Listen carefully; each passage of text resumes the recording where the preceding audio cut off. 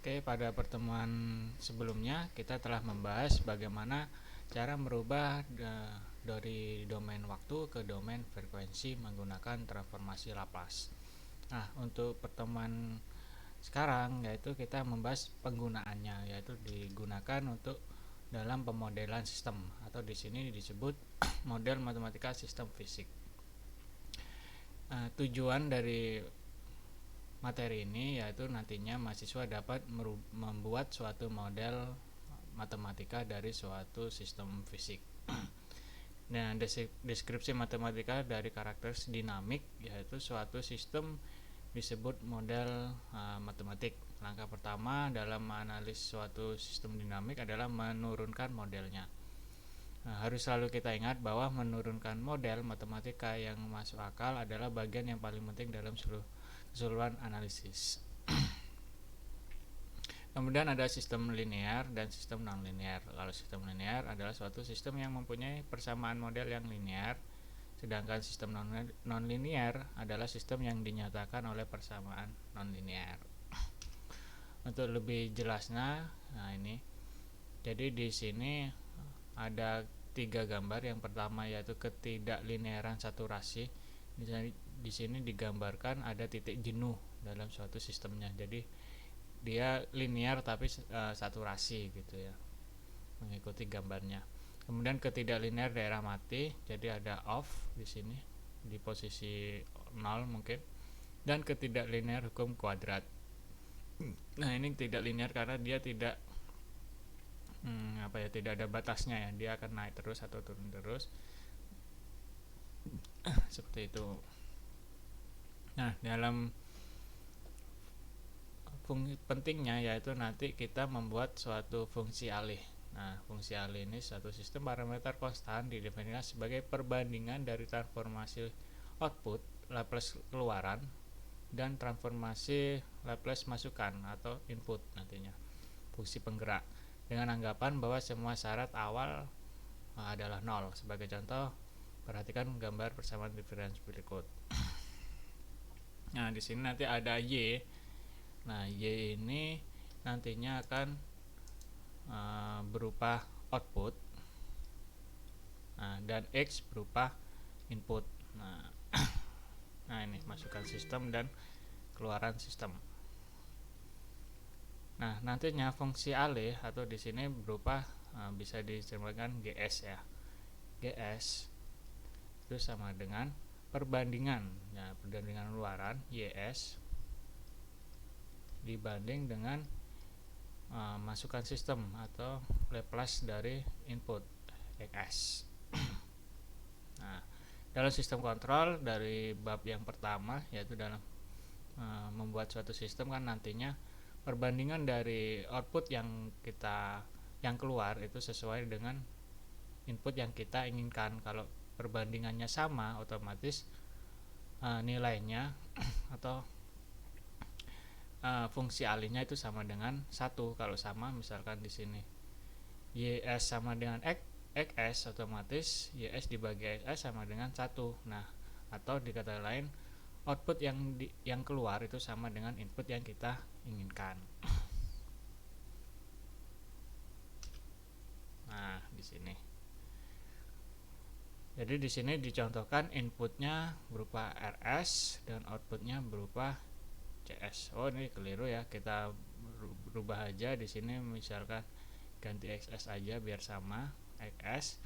Di sini kita rubah ke YS gitu ya. Jadi nanti GS sama dengan GS di sini sama dengan YS dibagi XS. Fungsi alihnya.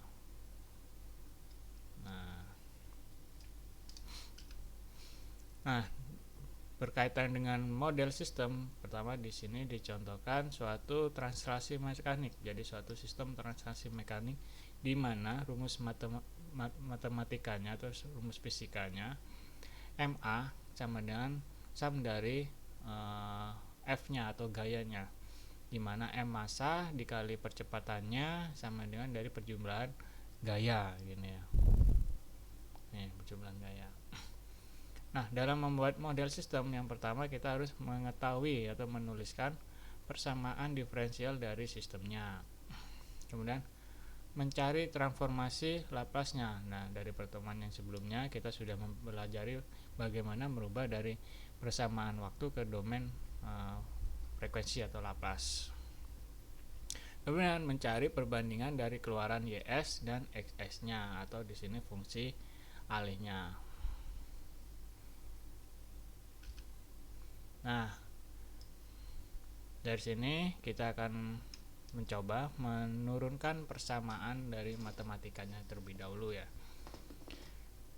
Kalau lihat dari mekaniknya, ketika X ditekan ke bawah, maka nanti M akan bergerak ke bawah dan Y juga ke bawah. Sementara F ini akan menahan tekanan dari X, dan K akan ikut ke bawah dan kemudian kembali ke atas ya. Jadi sebuah pegas di sini.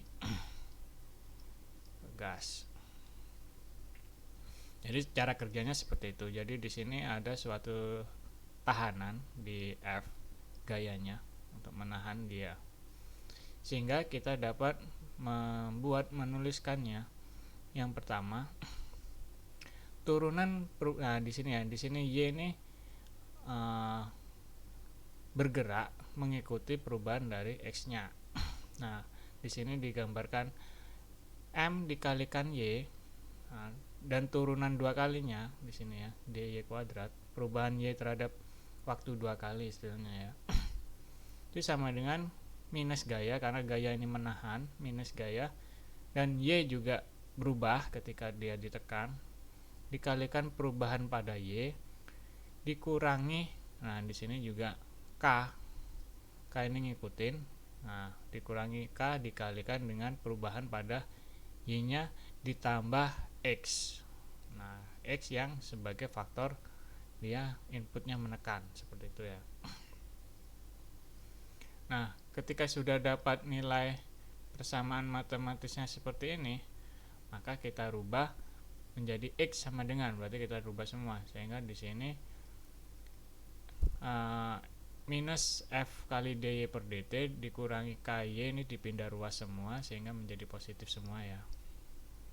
Dipindah ke kiri semua sehingga nilai X sama dengan M dy kuadrat per dt ditambah F dy per dt dikalikan sama dengan. Nah, artinya di sini semua ketika X ditekan, baik M, F dan K itu akan dipengaruhi oleh perubahan Y di sini. Nah, Y-nya akan berubah dan itu perubahannya terhadap waktu. Nah, di sini ya perubahan waktu dt, delta t ya.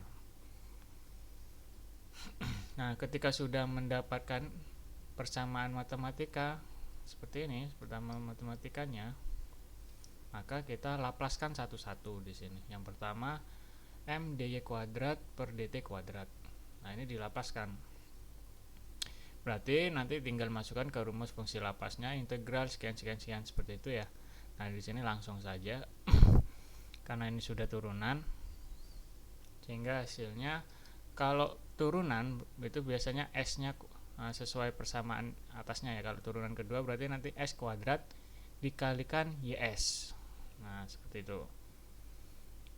Kemudian dikurangi ini 00 semua ya.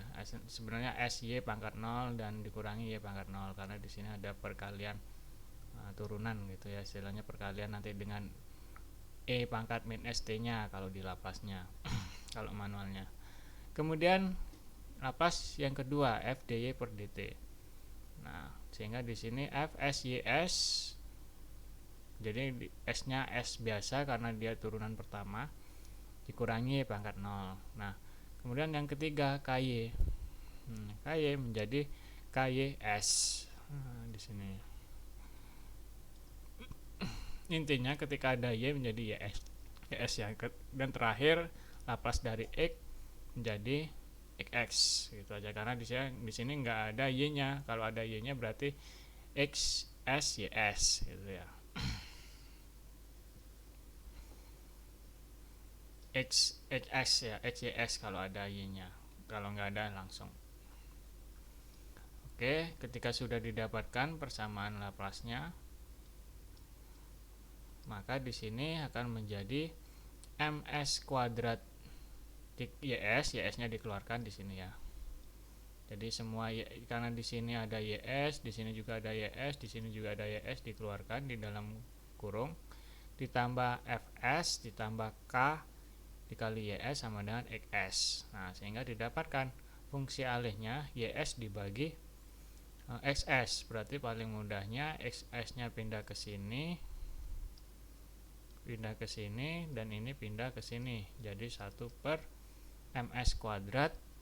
Nah, ini ms kuadrat ditambah s plus k. Nah, persamaan inilah yang bisa nantinya digunakan untuk simulasi ya, itu digunakan untuk frekuensinya. Nah, ini persamaan frekuensi dari model matematika seperti ini. Jadi modelnya seperti ini, dalam domain waktu dirubah ke domain frekuensi seperti ini. Nah, ini nanti kalian bisa simulasikan langsung, mungkin pakai MATLAB atau pakai software lainnya untuk model dari translasi ya, sistem translasi mekanik ini.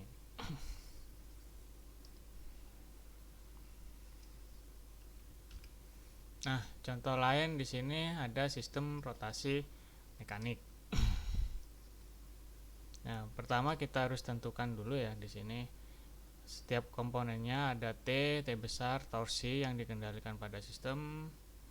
Kemudian ada J, di sini momen inersia. Ada F, gaya gesekan fiskor ya, gesekan fiskor. Ada omega, kecepatan sudutnya. Nah, kalau di sini karena di sini rotasi berlaku hukum Newton, di mana Z kali A, momen inersia dikali percepatan sudutnya itu sama dengan sigma T atau perjumlahan dari torsinya. Nah, dari menerapkan hukum Newton pada sistem tersebut, maka diperoleh momen inersia dikali turunan ini ya, turunan dari omega percepatan sudut ditambah dengan gaya. Nah, jadi di sini omega ini nantinya akan mempengaruhi dari momen inersianya, termasuk dengan gaya fisiknya omega ini, percepatan sudutnya. Nah, itu akan menghasilkan torsi. Nah, di sini perubahan omega per waktunya itu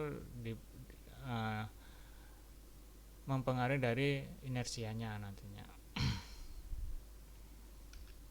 Nah, pertama dari persamaan yang ini, yang bawah ini kita rubah ke dalam transformasi Laplace. Nah, dimana yang pertama kita rubah satu-satu ya, Laplace-nya ini, kemudian Laplace-nya ini. Kalau TS tetap TS, berarti sama dengan T aja ya, T itu menjadi TS, ini T. Oke. Kemudian tinggal J omega ya, turunan dari omega per T-nya. Nah, ini diturunkan menjadi, di sini simbolnya berubah ya, jadi omega. Nah, bentar.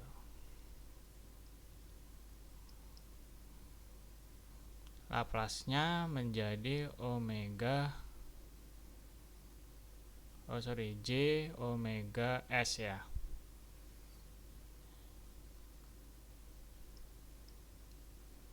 Nah, seperti ini. Kemudian Fs.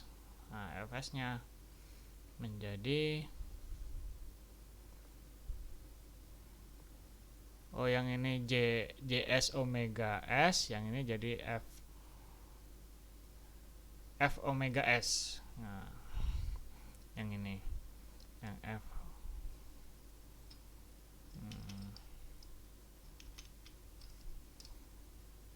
Nah, ini sulit sekali nulis F-nya di sini ya.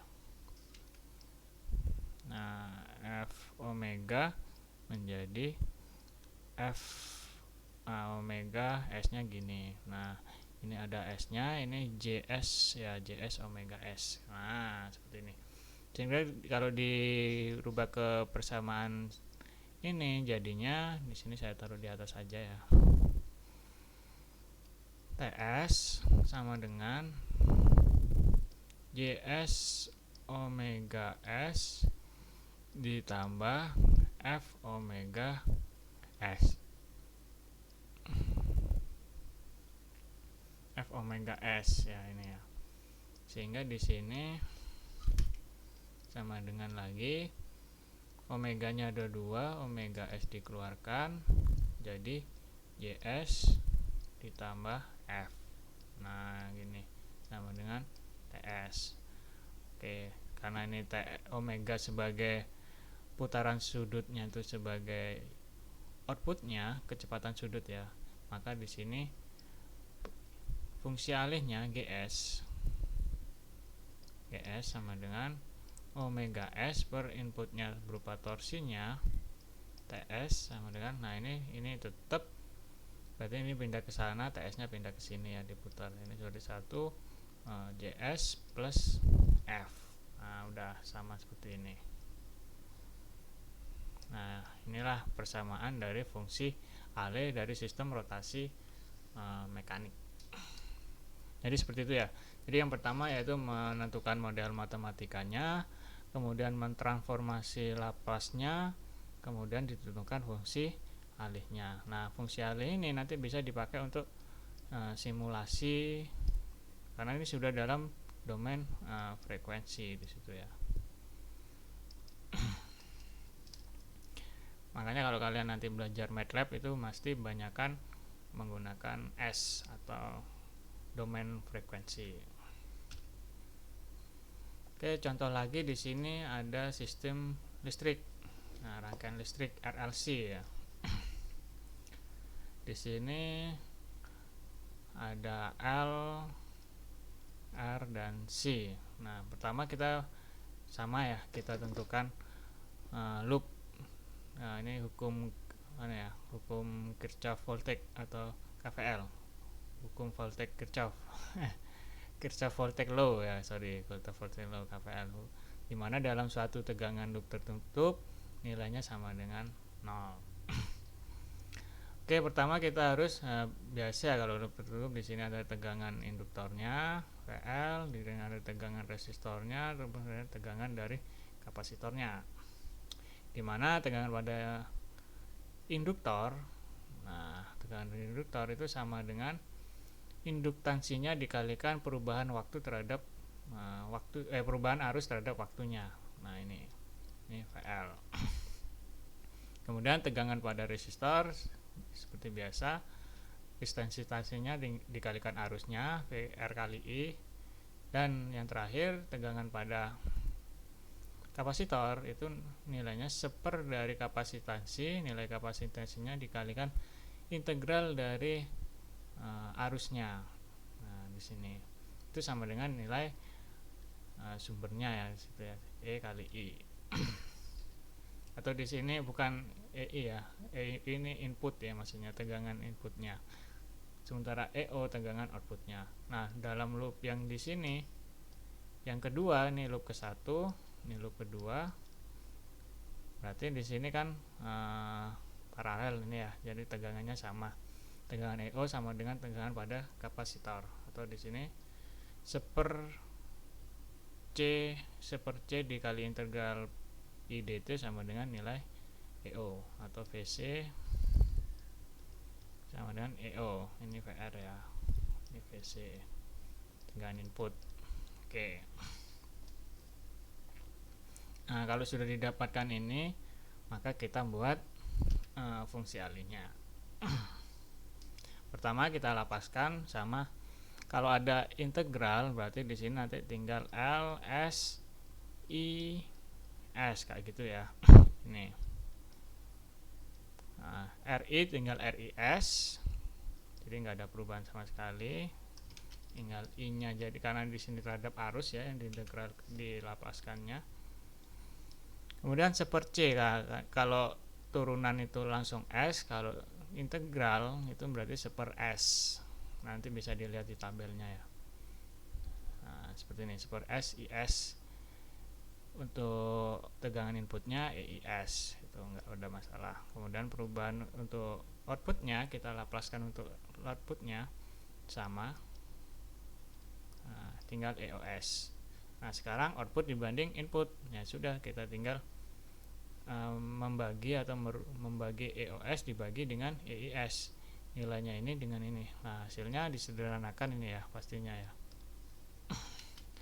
Hasilnya 1/LCS² ditambah RCS ditambah 1. Nah, kalau kalian sadari, sebenarnya rangkaian ini kan sebagai filter ya, atau LPF, low pass filter. Nah, di sini kita bisa mensimulasikan nantinya, membuat suatu rancangan low pass filter dengan merubahnya atau menggunakan MATLAB nantinya. Ini kan sudah diketahui persamaannya atau low pass filternya atau modelnya ya. Modelnya itu seperti ini. 1/LCS² ditambah RCS ditambah 1. Nah, tinggal nanti kalian pengennya low pass filter berapa hertz untuk yang difilter gitu ya, frekuensi berapa yang ingin diinginkan, tinggal merubah-rubah nilai ininya aja, nilai resistansinya. Karena yang mudah itu di resistansi ya, berarti kita tetapkan aja kapasitor sama induktornya. Habis itu baru kita rubah-rubah nilai resistor yang sesuai dengan frekuensi yang kita inginkan atau yang filter yang kita inginkan. Nah, seperti itu. Kita simulasi aja di MATLAB. Misalkan R-nya 100K, oh masih kurang 1000K atau 1 mega dan seterusnya ya.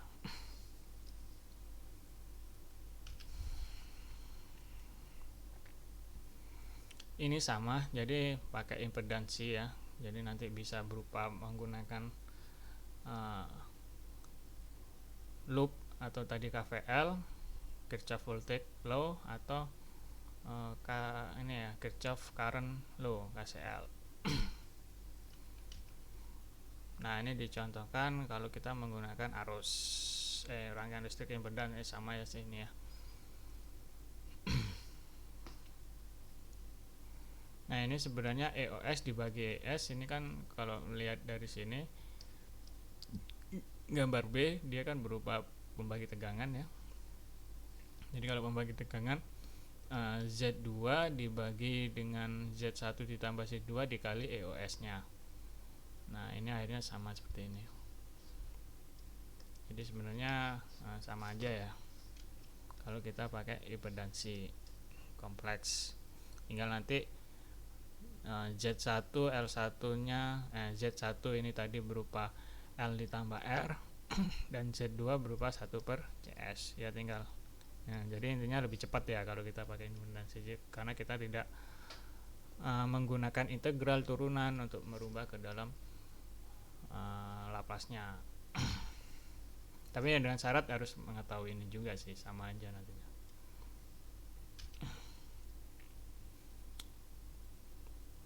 Kemudian di sini adalah sistem analogi mekanik listrik.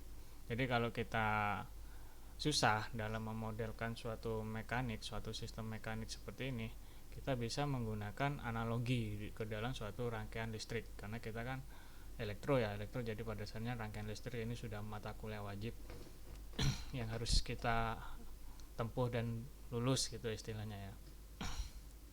Jadi kita nanti bisa merubah ke dalam rangkaian listrik, dianalogikan seperti itu.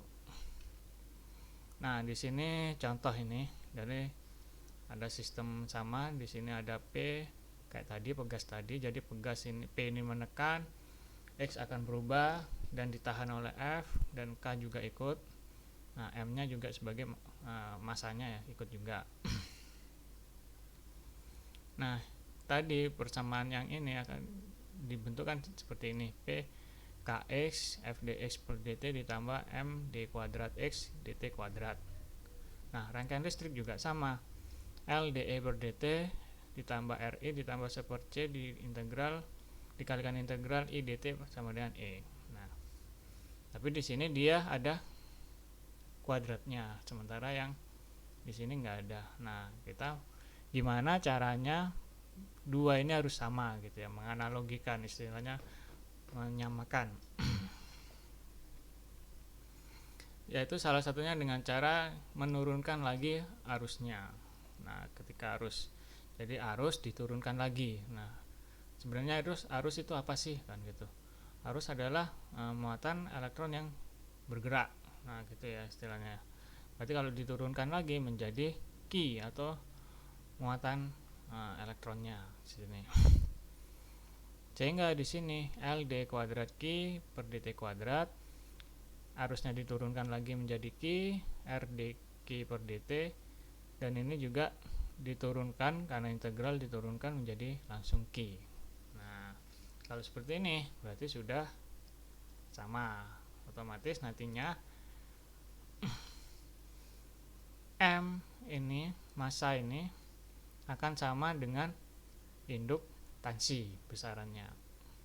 Kemudian F atau gaya gesek Fiskornya, ini koefisien gesek Fiskor itu sama dengan yang menahan. Tadi kan fungsi F ini kan menahan ya, P ditekan, F ini menahan. Itu akan sama dengan fungsi dari R atau tahanan. Dan konstanta begas di sini K. Nah, ini akan sama seperti nilai seper atau kebalikan dari kapasitansinya. Ya, kalau dilihat dari sini sudah kelihatan jelas ya, kapasitas ini kan K ini kan naik turun. Ketika ditekan dia ikut nekan, kemudian ketika dilepas dia juga akan naik gitu ya, naik turun seperti itu, sama kayak fungsi kapasitor sebenarnya, charge dan discharge. Kemudian untuk X-nya di sini perpindahan ya, atau perpindahan sudut. Nah, itu sama dengan muatannya. Nah, di sini. Kemudian untuk kecepatannya, nah, kecepatan tadi ada X kecepatan itu sama dengan arusnya, dan terakhir untuk P atau gaya P torsinya itu sama dengan ekuivalen dengan tegangannya.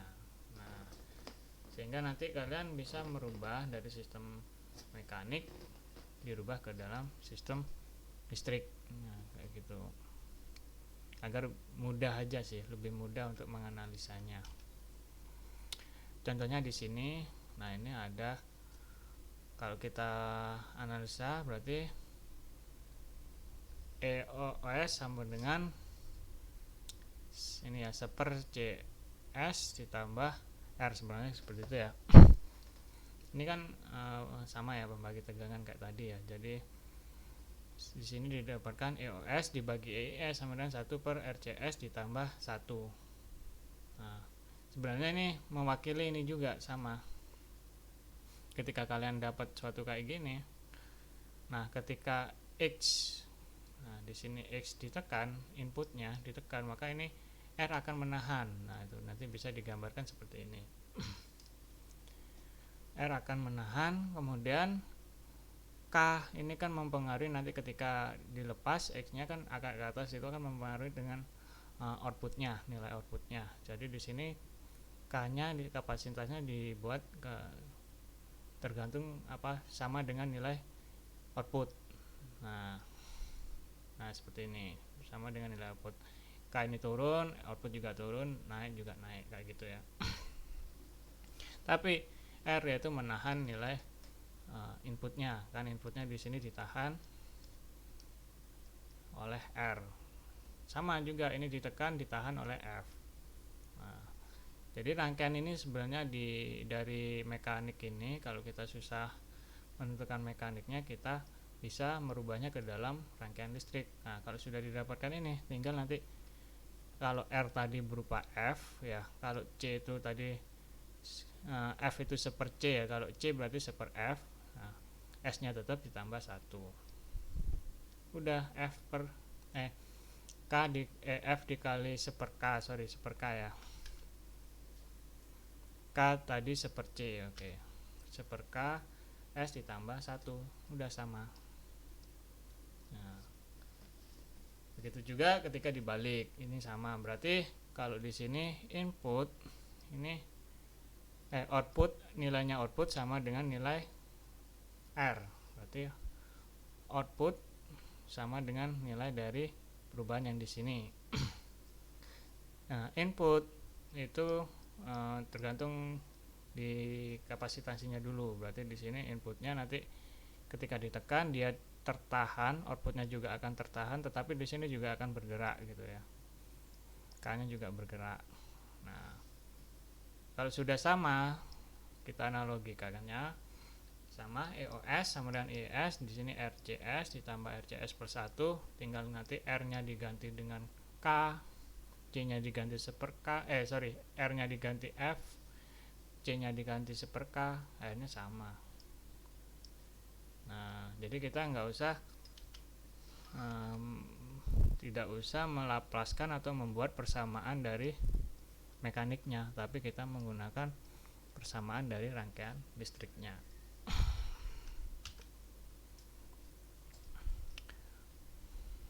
Ini juga sama ya. Nah, ini contoh RLC gabungan ya. Jadi ada C1, ada C2, jadi ada 3 loop di sini. Ya, yang pertama ya kita konsep rangkaian listriknya dulu. Pada loop mana nih? Yang EI dulu ya. Berarti EI di sini ada C1 dipengaruhi arus 1 dan arus 2. Makanya di sini seper C1 diintegral, ini tegangan pada sini ya. Tegangan pada C1. I1 dikurangi 2 dt ditambah R1 dikali I1 untuk loop yang pertama ini. Sekarang loop kedua nggak ada output dan input, berarti di sini tegangan VC1, tegangan R2 dengan tegangan VC2 atau sama dengan VC2, itu sama ada ya. Sehingga di sini 1 per C1 ini I2 dikurangi, nah kalau di loop 2 berarti I2 nya dikurangi dengan I1, tapi kalau I1 dikurangi I2, kebalikannya.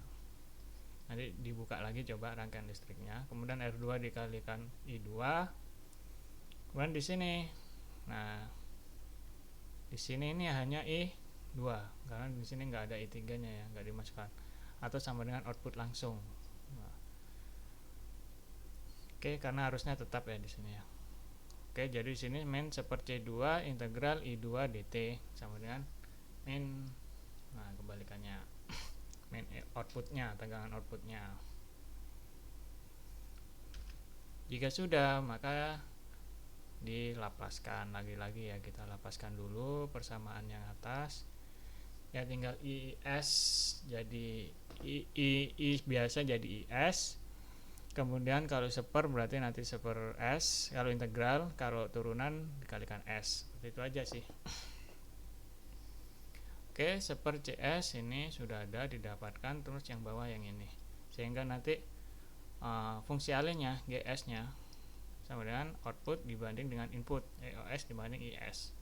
Nah ini bisa digunakan untuk simulasi pada MATLAB nantinya kayak gini.